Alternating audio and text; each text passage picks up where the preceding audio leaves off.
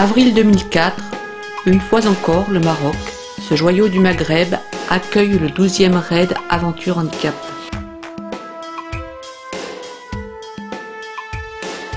Les 7 étapes mèneront les 21 participants de la côte atlantique au Haut Atlas, en passant par Safi, Marrakech ou Ouarzazate. Le parcours passera à plus de 2500 mètres d'altitude et fera le tour du plus haut sommet de l'Atlas, le Toubkal. Il empruntera des cols aux noms prestigieux, le Tizi en Test, le Tizi en Meloul, le Tizi en Tishka. Casablanca, le phare du Maroc, est le point de départ de cette formidable aventure.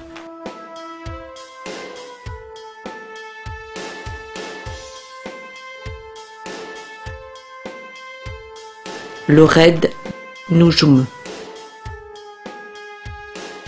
Aventure handicap, c'est parti. Les handbikes ouvrent le bal.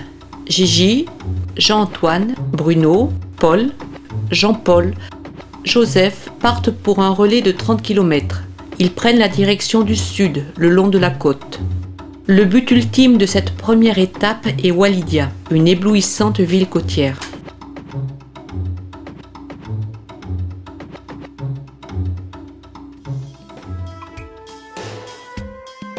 C'est aux portes d'Azemmour qu'ils terminent leur relais. Quelques-uns font une brève visite de cette paisible cité portugaise où les traditions sont encore bien présentes. Ici, chaque habitant vient encore faire cuire son pain dans le four banal.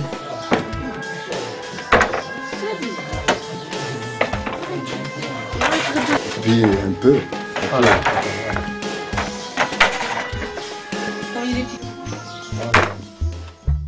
Mais le raid ne s'arrête pas. Les VTT, Guy, Marco, Jacques se sont élancés pour 21 km sur une petite route côtière. Elles cheminent, paisibles, entre plage et garrigue en direction d'El Jadida.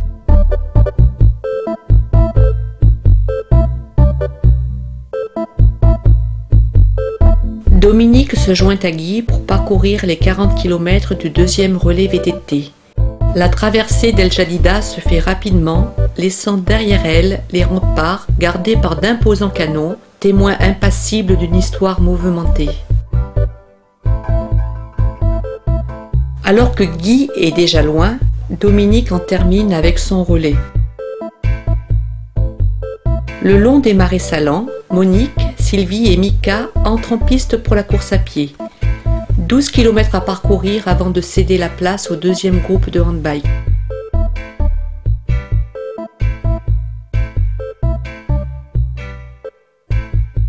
Sous les yeux étonnés de la population locale, Manuela, Jérôme et Geoffroy se préparent. C'est pour eux le baptême du feu, ils sont débutants en handbike. 12 km d'une route sans grande difficulté les séparent de Walidia.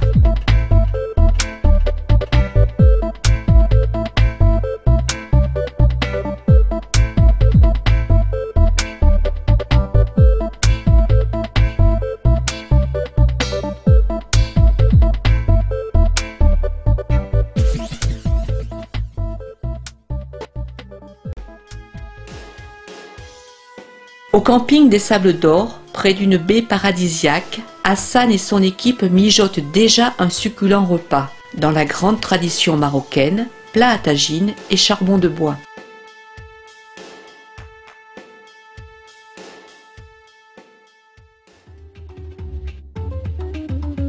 Pas de répit pour les nouveaux. Les derniers arrivés la veille sont les premiers sur la route. Aujourd'hui, le parcours est vallonné, difficile pour leur manque d'expérience. La solidarité, c'est aider quand on est fort et être aidé quand on est faible. Celui qui est le plus fort aide le plus faible et celui qui est en difficulté se fait aider par... voilà, on peut être les deux tour à tour, on est souvent les deux tour à tour. La deuxième équipe de handbike prend le relais. La rencontre de la terre et de l'océan offre un spectacle dont les sportifs ne se lassent pas.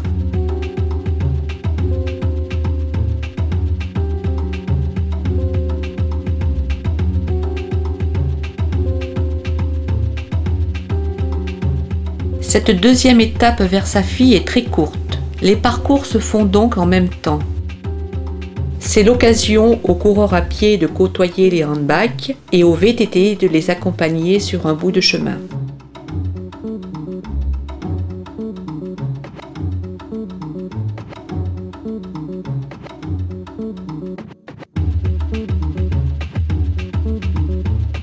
Les derniers tours de roue permettent encore de profiter du panorama avant la liaison voiture vers la ville mythique entre toutes, Marrakech.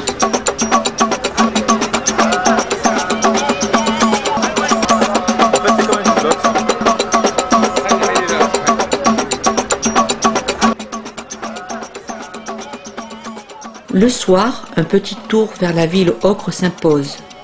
Bourdonnante comme une ruche, la place Djemma El Fna, entourée par son souk aux multiples odeurs, envoûte et étonne le passant.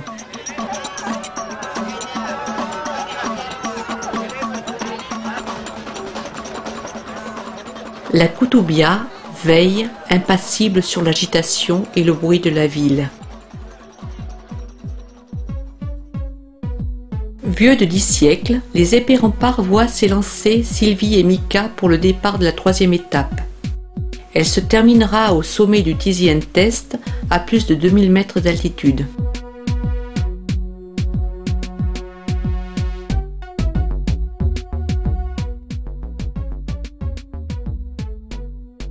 Les relais se succèdent. Le troisième jour, les muscles commencent à faire mal. La première équipe de handbike peine sur un interminable faux plat en direction de l'Atlas. Une petite pause vers la voiture d'assistance est parfois la bienvenue.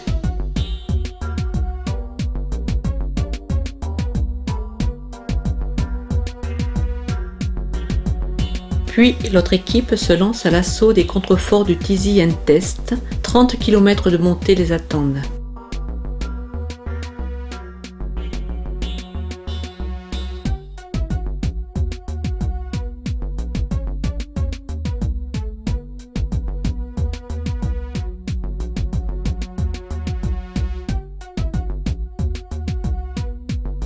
Sylvie, après avoir fait la course à pied dans la vallée, s'est jointe à Christophe et Jacques pour les 30 km du premier parcours VTT. Puis Dominique donne le coup de grâce à ce premier col. Elle remonte la vallée aux terres rouges de l'Oued Enfis.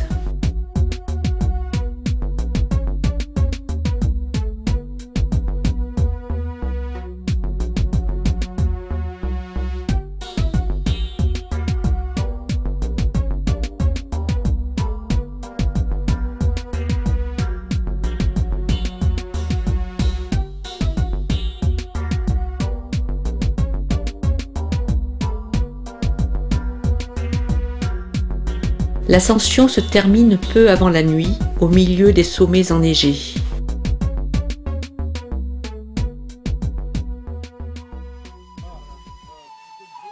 L'obscurité est déjà tombée à l'arrivée au bivouac. L'équipe d'Hassan est déjà au travail pour préparer le repas.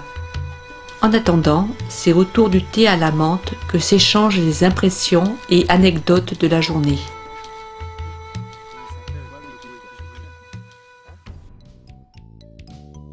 Une nuit sous la tente offre à tous un repos bien mérité. Au matin, après avoir plié le camp, tout le monde est convié au briefing rituel. Le parcours est décrit et les instructions sont données pour la journée. Chacun étudie le roadbook avant de se lancer sur les routes et les pistes de cette quatrième étape.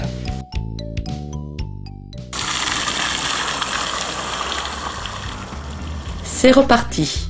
Handbike, VTT, course à pied mèneront la caravane jusqu'au toit du raid, le Tizi En Meloul.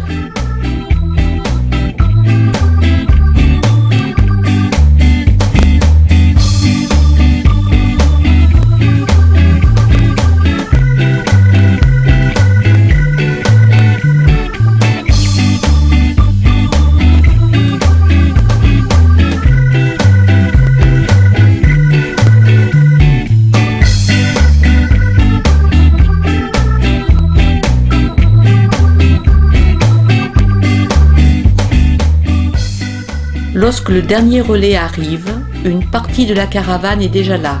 Elle monte le bivouac à 2500 mètres d'altitude. Le vent est glacial, mais le paysage est magnifique. J'ai découvert un pays que je ne connaissais pas, puis une culture que je ne connaissais pas, des gens que je ne connaissais pas. Non, je suis vraiment content d'être venu. Je pense que c'est pas la dernière fois. Parce que on va dire que je suis plus ou moins tombé amoureux de ce bled, quoi. Et puis moi j'espère revenir bientôt.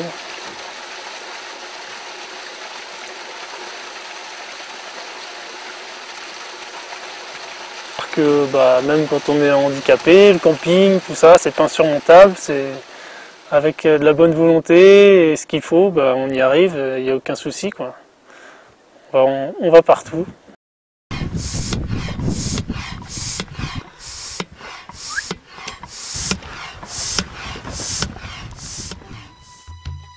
La nuit s'annonce froide, très froide, mais la voûte céleste et ses milliards d'étoiles veillent sur le sommeil des sportifs fatigués. Le réveil est difficile, il faut plier le camp. Bientôt le soleil réchauffe tout le monde. Certains ont préféré les cabanes de bergers, d'autres, courageux, n'ont pas peur de se laver au ruisseau. Après un rapide briefing, le raid continue dans des paysages à couper le souffle, en direction de Tasnart dans la vallée pour la 5e étape. Puis, la suivante mènera le groupe à Aït Benadou, en passant par Ouarzazate.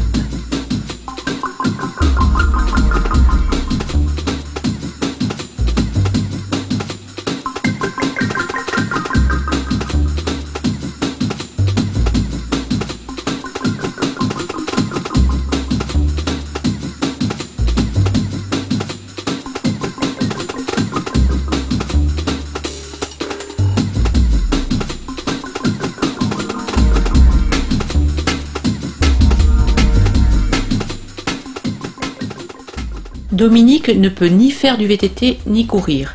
Il participe à sa façon en faisant de la marche à pied.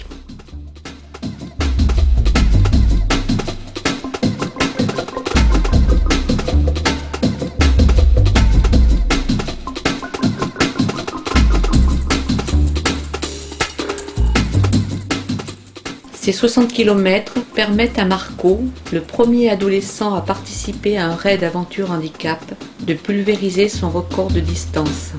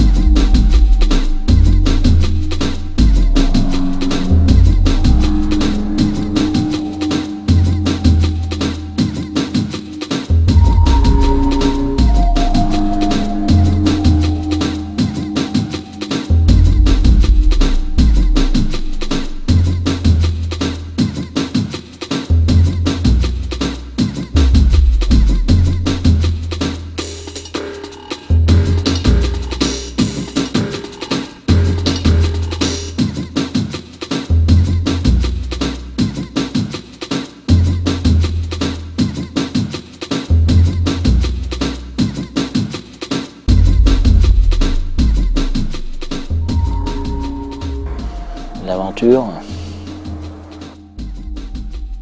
il faut aimer voir plus loin qu'en étant valide. Parce qu'en étant valide, tu peux aller de partout. Mais en étant en fauteuil, on se met des barrières. Et les barrières, des fois, il faut les passer. Comme j'ai fait. C'est que là, je me suis dit, jamais parti à l'étranger, je me suis dit, allez, j'y vais ou j'y vais pas.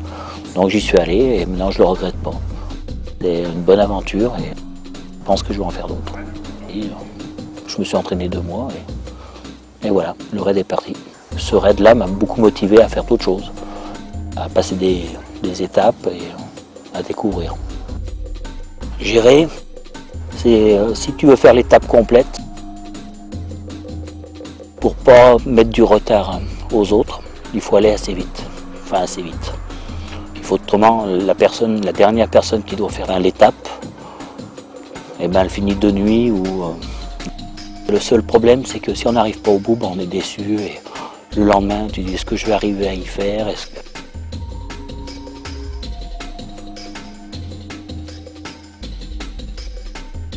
Après, moi j'ai commencé, la première je l'ai faite complète, la deuxième j'ai pas pu la finir, la troisième j'ai crevé au bout de 3 km, et là 17 km je l'ai fait complète. Donc pour moi c'est une bonne étape quand même. L'auberge des Jardins à Aït Benadou offre une halte où tout le monde peut reprendre des forces. Elles seront bien nécessaires pour la dernière étape qui mènera la caravane au sommet du Tizi Entishka, point final du raid sportif.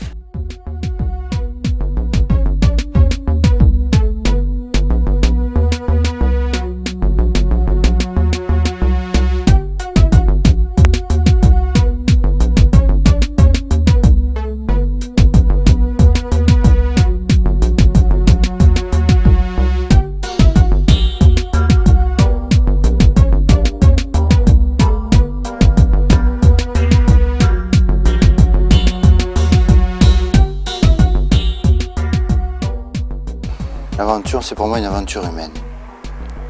Partir à la rencontre des gens, partir avec des gens qu'on connaît ou qu'on croit connaître, affronter des situations ensemble, des situations qui sont révélatrices de ce qu'est réellement chacun.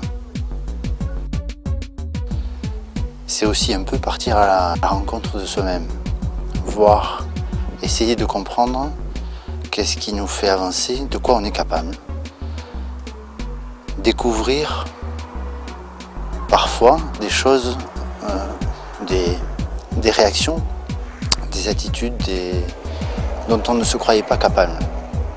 Affronter des situations ou être confronté à des situations dont on n'avait pas prévu l'issue.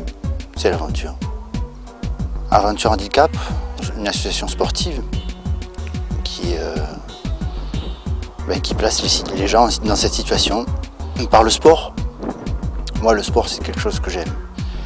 L'effort, le goût de l'effort, c'est gratuit, c'est un effort sans... Il n'y a pas de finalité. L'effort, c'est la finalité. Et ça permet de mettre les gens dans une situation suffisamment parfois délicate, difficile ou éprouvante pour que les masques tombent. On est sans masque, on est soi-même, tous, brut.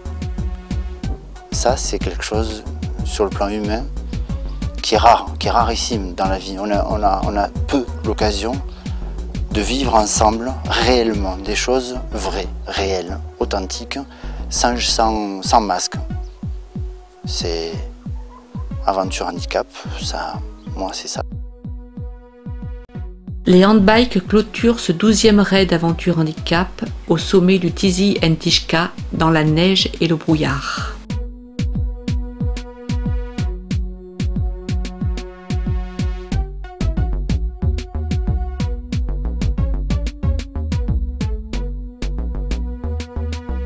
Aventure Handicap a une fois de plus atteint ses objectifs en permettant à chacun de réaliser ses propres défis au travers de cette aventure humaine et sportive. Noujoum signifie étoile en arabe. Elles sont toutes différentes et uniques, mais constituent ensemble un merveilleux spectacle.